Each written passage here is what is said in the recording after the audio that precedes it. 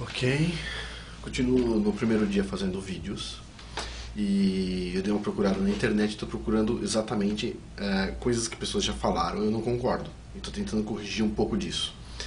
Então, vi um vídeo aqui de um rapaz falando de uma briga entre o Pirula e o Nando Moura. E eu vi os comentários das pessoas. Então tem um comentário muito interessante aqui, eu vou ler ele, tá? Diz assim no comentário: Pirula, tá, com 2 L's, é um cientista que usa o canal dele para divulgar ciência, enquanto que Nando Moura é um músico e professor de música, cristão que só fala sobre o que não entende bulhufas. Então o que eu acho interessante é que o Pirula, ele não entende bulhufas do que ele fala também, tá? Com exceção de alguma coisa sobre fósseis que eu tenho certeza que está errado. Porque se ele for pegar vídeos de pessoas que sabem sobre datação, sabem sobre, por exemplo, pega um geocronólogo da USP e pergunta como é que foi calculada a constante de decaimento radioativo. Pergunta qual que é o erro dessas constantes de decaimento radioativo. Pergunta como é que foi chegando nesse valor. Faz uma análise, vê se a resposta é consistente. Então o que eu quero falar é o seguinte, até as coisas que ele fala, que está na área dele, a gente pode discutir e tem problemas aí, tá? São ciências que não são igual a sismologia, por exemplo, a onda sísmica passa em determinadas camadas e vai amostrando elas. São ciências que dependem de amostragens, vamos supor, a mesma coisa que eu pegar um catálogo sísmico de um dia e calcular um risco sísmico. Eu preciso de um catálogo sísmico de pelo menos 100 anos ou mais às vezes. Então você pegar uma amostragem de uma coisa de 1 bilhão de anos, por exemplo, de decaimento radioativo, e amostra ela durante um ano ou coisas menores do que isso, você vai ter valores com erros muito grandes. Então, assim, até as coisas que ele fala são argumentáveis, dá para gerar uma discussão, uma polêmica boa, uma discussão boa. E a gente ainda vai chegar nesse ponto. Agora, o que eu acho interessante é que o ponto de vista que é colocado não é assim que o Nando Moura é cristão, que só é músico, e o Pirula é um cientista. Não é isso. Vamos chamar o Pirula de pesquisador, para ser justo, né? Não seria justo confundir com um cientista, uma pessoa que estuda vários campos da ciência ao mesmo tempo de forma profissional. Seria um pouco desonesto isso.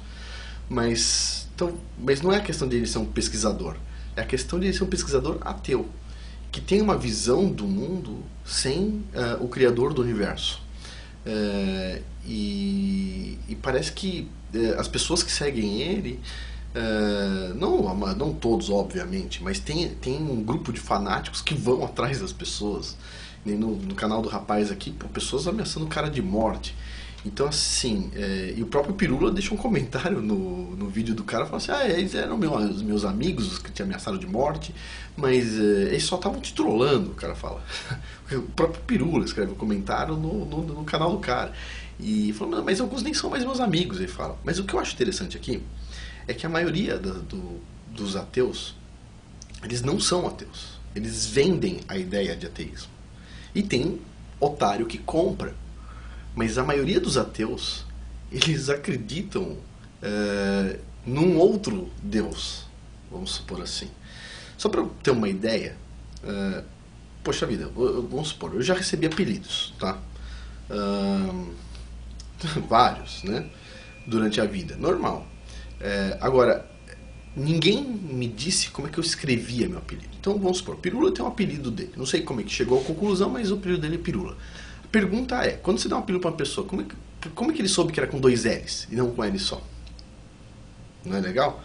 Então, Pirula com 2 L's, em finlandês, é diabo, não é isso? E Pirula com L só não é nada. Então o cara escreve o nome dele, é diabo em finlandês, o apelido dele é diabo em finlandês.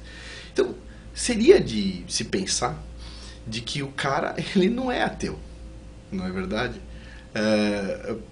Tipo, essas coisas não passam batidas por ninguém. Então, o que eu digo assim, a gente tem que tomar cuidado, porque o primeiro passo para ir pro outro lado, então o lado do bem, é você chegar no lado neutro. Então, vamos trazer todo mundo pro neutro. Depois a gente carrega pro outro lado. Como o pessoal diz aqui nos Estados Unidos, o diabo ele não veste capa vermelha, ele não tem rabo e chifre, tá?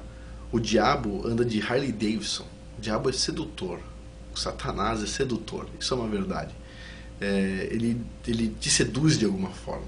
Se ele fosse horroroso, de chifre e garfo, ia ser difícil convencer as pessoas. Ele tem que ter uma carapuça.